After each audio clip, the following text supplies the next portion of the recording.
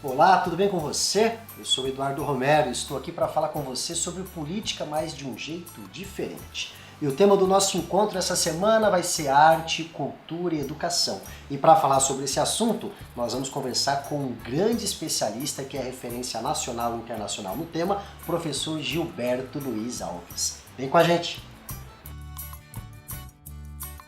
O tema do nosso programa de hoje, ele é desafiador, mas muito instigante. Para falar sobre educação, cultura e história, nós convidamos o professor Dr. Gilberto Luiz Alves, que é uma referência nacional.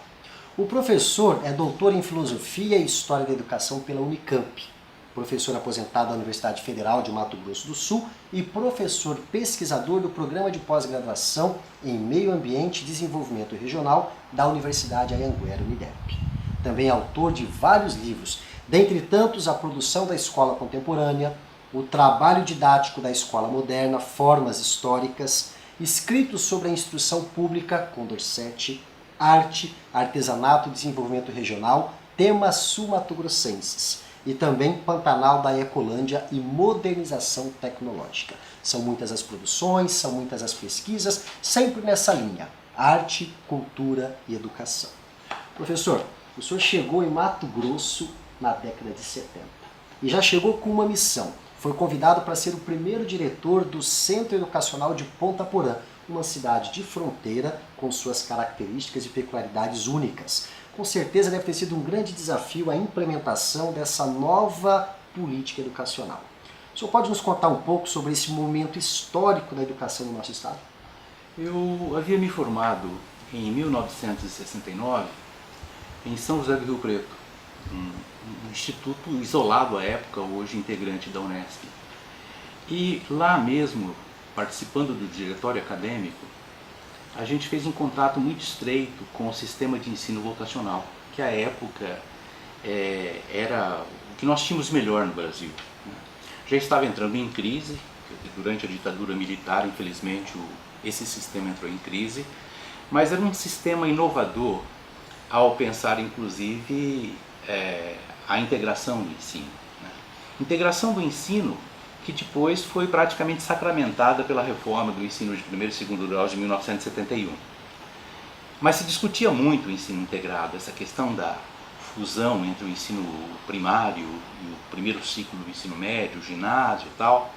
E quando eu cheguei aqui, eu tive exatamente uma oportunidade fui convidado para ser o primeiro diretor do Centro Educacional de Ponta Porã, e o que me motivou muito é exatamente a proposta, porque lá nós tínhamos o ensino primário, o primeiro ciclo do ensino médio e tínhamos também o antigo ensino pré-primário, estou usando a nomenclatura da época, né?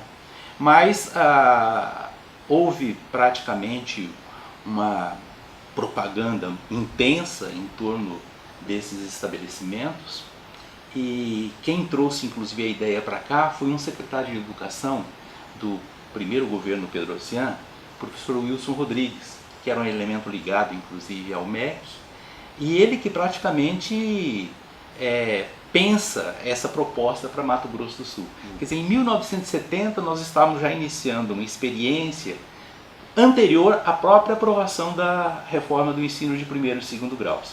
E é claro que eu, como um recém-formado, fiquei muito motivado com essa possibilidade. Uma das principais reflexões que o senhor propõe nas suas obras é a ausência de conhecimento e da cultura dentro da escola. Já existiu esse conhecimento na escola pública? E por que é que ele se perdeu? Eu acabei de escrever um artigo e pretendo até desenvolver um trabalho um pouco mais aprofundado nessa perspectiva. É um extenso bate-papo, mas vamos tentar sintetizar.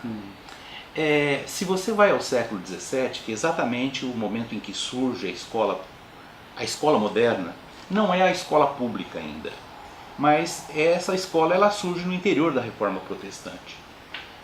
E a grande preocupação é de que todos saibam ler e escrever. Por quê? Porque todo fiel deveria se preocupar em salvar sua alma, e a forma de salvar a sua alma seria ir até os livros sagrados, logo teria que aprender a ler e escrever. Então é por isso que a escola moderna se desenvolve bastante inicialmente no interior da Reforma Protestante. E, à época, havia inclusive um reclamo muito grande no sentido de que participasse da formação dos jovens a ciência. A ciência moderna, que era um instrumento pelo qual o homem vinha fazendo o domínio da natureza. Então a preocupação era colocar também a ciência dentro da escola. O que é que se tinha até então? Somente o trívio e o quadrívio. A gramática, a retórica, a lógica, a música, a aritmética, a geometria e música. Então, no século XVII, há um intenso movimento no sentido de se incorporar a ciência dentro da escola. Século XVIII também. Eu estudei a experiência do seminário de Olinda, onde inclusive o seminário tinha laboratórios. Tá? Laboratório de física, de química, de biologia. Eu estou falando isso, você já fez uma cara aí de quem se surpreendeu. Porque isso não existe mais dentro das escolas, os laboratórios. Né? Os jovens eram estimulados a fazer excursões ao campo e comentar como é que ele via a natureza se comportando. Muitas comunicações científicas dos jovens foram encaminhadas à Academia de Ciências de Lisboa. Tá? Isso se perdeu no século XIX. Isso se perdeu, quer dizer, a linguagem científica não está mais dentro da escola e muito menos o fazer científico. Isso desapareceu da formação dos jovens. Né? E o que é que ficou no lugar? O manual didático, que era algo também aperfeiçoado pelo Comênios lá no início do século XVII, mas ele era pensado no sentido de servir a educação no momento em que os educadores não tinham praticamente boa formação. Muitos deles eram semi-alfabetizados. Então ele pensa o manual didático como uma forma de assegurar a transmissão do conhecimento. Uma receitinha acessível. Exatamente. Tá? A própria ciência depois ela serve a esse tipo de receituário. Né? Então hoje você não tem mais formação científica dentro das escolas. Você não tem formação estética. Nós estamos falando de cultura. Os nossos professores, eles não conhecem a nossa música, eles não conhecem as artes plásticas, eles não conhecem a dança, eles não conhecem praticamente nada de cultura em Mato Grosso do Sul. Eu falo isso porque nós tivemos uma boa experiência, inclusive, nós tivemos um projeto, nós circulamos por 11 municípios do estado e na conversa com os professores ficava evidente, eles não conheciam o que eram os nossos artistas. Né? Então era uma surpresa imensa e agradável para eles, porque essas coisas não estão dentro da escola. É nesse sentido que eu digo que a cultura não se faz presente dentro da escola, o conhecimento científico não se faz presente dentro da escola, o que domina a escola é o manual didático, que é um veículo de conhecimento vulgar. Todas as pesquisas que nós temos aí, não há uma só que não diga que o manual didático ele só é expressão do conhecimento vulgar. Ou seja, ele pouco agrega na formação do ser humano de fato. Ele acaba se preocupando muito mais em formar mão de obra do que pensantes. Exatamente. Perfeito. Professor, o senhor também tem muitas pesquisas, inclusive agora na atual função que tem desenvolvido na Universidade Miguel Payanguera, sobre artes, artesanatos. A sua vida, na verdade, é uma coleção de artes aberta, né? A sua casa é um espaço muito rico de materiais audiovisual, de artesanato, né? Em especial das artes plásticas também. Na sua avaliação, como estão as políticas públicas voltadas para a arte e para a cultura, não só em Campo Grande, em Mato Grosso do Sul, mas no Brasil como um todo? Não existem políticas públicas na área da cultura. Né? O que nós estamos verificando, inclusive, nesse momento, é um desmonte do pouco que existia. Né? Eu fico assim um pouco preocupado enquanto educador, né? Uma pessoa que viveu a vida toda dentro de escola, dentro de sala de aula e tal, é que a nossa educação também não é um instrumento de veiculação de cultura. Né? Deveria ser, mas infelizmente não é. Né? Tanto que eu afirmei a você que quando nós circulávamos com esse projeto pelos municípios de Mato Grosso do Sul, era uma discussão praticamente sobre a história do Pantanal contada por meio das artes plásticas, por meio da literatura, por meio da música. O pessoal conhecia um pouquinho de música, mas de resto, literatura, até Manuel de Barros. que é uma figura extremamente conhecida, né? O Manuel de Barros era desconhecido em grande parte.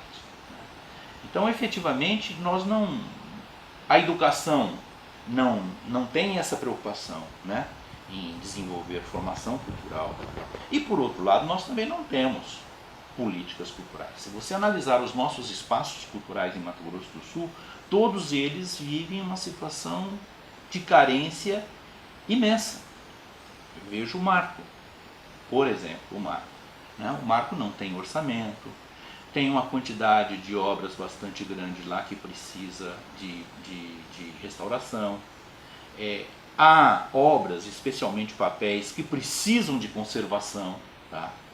Então, e as pessoas que estão lá dentro têm competência, mas efetivamente não há políticas culturais que deem apoio a qualquer iniciativa no sentido, inclusive, de conservar esse patrimônio que está lá dentro.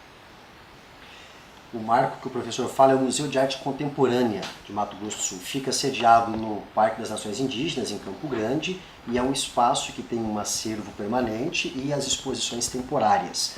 Professor, e na sua avaliação, tem algo que a sociedade, que a classe artística, que a educação possa fazer para reverter esse fato? Você discutir educação, colocar as dificuldades enfrentadas pela educação, as carências da educação.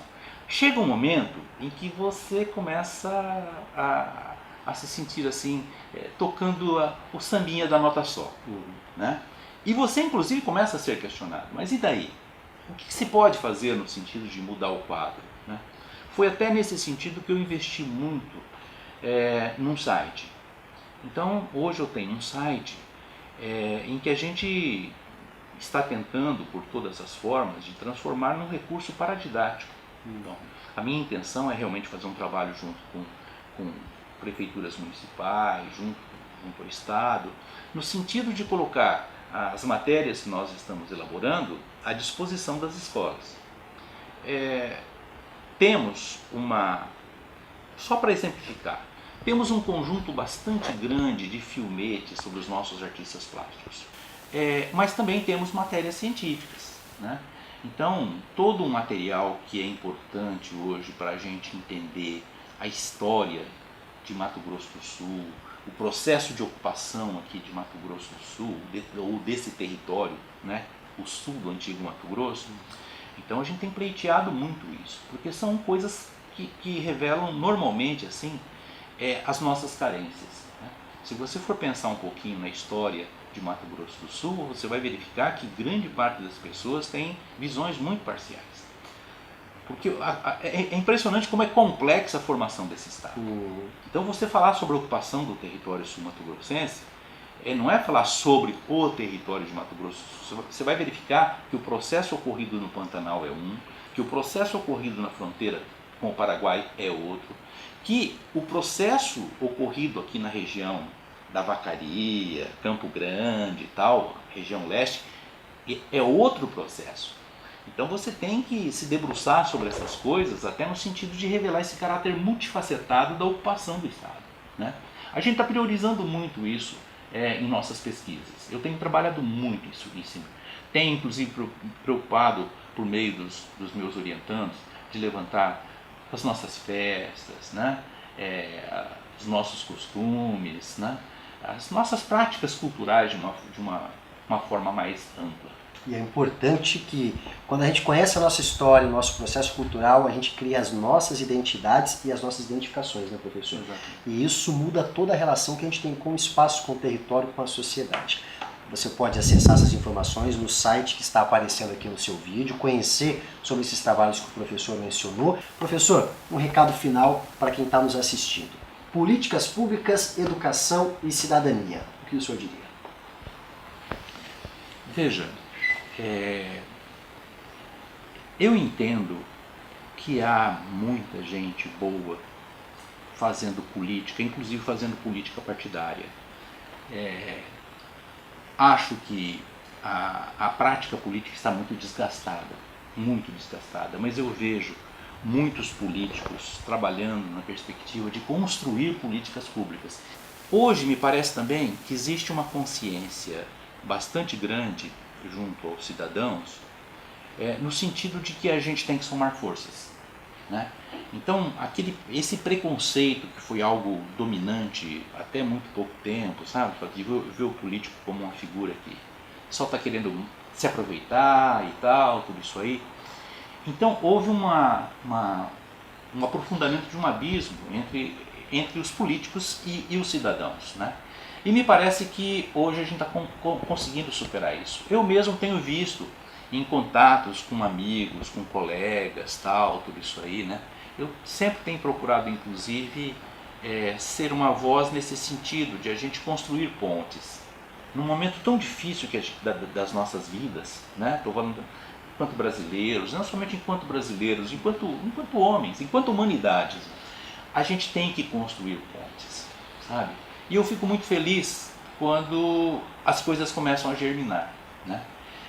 E entendo que aquelas vozes que no plano das políticas partidárias têm sensibilidade para a questão da educação, da cultura, eles começam a contar com apoio, você entende, de cidadãos que no passado estavam, vamos colocar assim, do outro lado. Tá? Então eu tenho uma visão muito otimista em relação ao futuro. Eu entendo que a gente está num momento de construção de políticas públicas, com as limitações que eu já contei, mas eu acho que nós estamos com condições de montar propostas muito sólidas. Me parece que este é um momento muito positivo nesse sentido. Esse foi o Papo do Cidadania Política de hoje. Você pode compartilhar esse vídeo com seus amigos, com seus contatos, se inscrever no nosso canal e inclusive dar sugestões de temas. Uma boa semana para você e até o próximo encontro. Obrigado, professor. Foi um prazer.